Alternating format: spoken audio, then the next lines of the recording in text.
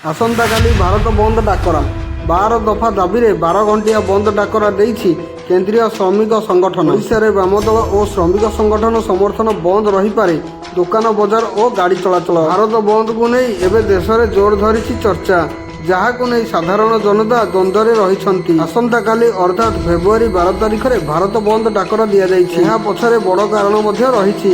ଭାରତ ବନ୍ଦକୁ ପ୍ରଭାବ କେତେ ରହିବ ତାହା ଜାଣିବା ଜରୁରୀ। ଭାରତ ବନ୍ଦ ଡାକରା ଦିଆଯାଇଥିବାରୁ ବ୍ୟାଙ୍କ ସେବା ବନ୍ଦ ରହିବ ଯଥେଷ୍ଟ ସମ୍ଭାବନା ରହିଛି।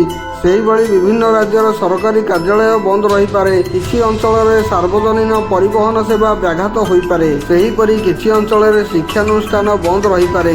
ବିରୋଧ ପ୍ରଦର୍ଶନ ହେଉଥିବା ଅଞ୍ଚଳରେ ବଜାର ଓ ଦୋକାନଗୁଡ଼ିକ ମଧ୍ୟ ବନ୍ଦ ରହିପାରେ। ସେହିଭଳି କିଛି ସ୍ଥାନରେ ସମ୍ଭାବ୍ୟ ଅକଚକ ଜାମ୍ ଭଳି ସ୍ଥିତି ଦେଖିବାକୁ ମିଳିପାରେ। ଓଡ଼ିଶାରେ ମଧ୍ୟ ଭାରତ ବନ୍ଦ ପ୍ରଭାବ ଦେଖିବାକୁ ମିଳିବ। ଘରୋଇ କାର୍ଯ୍ୟାଳୟ ଖୋଲା ରହିପାରେ। ହସ୍ପିଟାଲ ଏବଂ ଆମ୍ବୁଲାନ୍ସ ଭଳି ଜରୁରୀକାଳୀନ ସେବା ବନ୍ଦରୁ ବାଦ ପଡ଼ିବେ। ବିମାନ ବନ୍ଦର ଏବଂ ଅତ୍ୟାବଶ୍ୟକ ସାମଗ୍ରୀ ପରିବହନ ହୋଇପାରିବ। ଅନଲାଇନ୍ ବ୍ୟାଙ୍କିଂ, ଏଟିଏମ୍ ସୁବିଧା ଜାରି ରହିବ।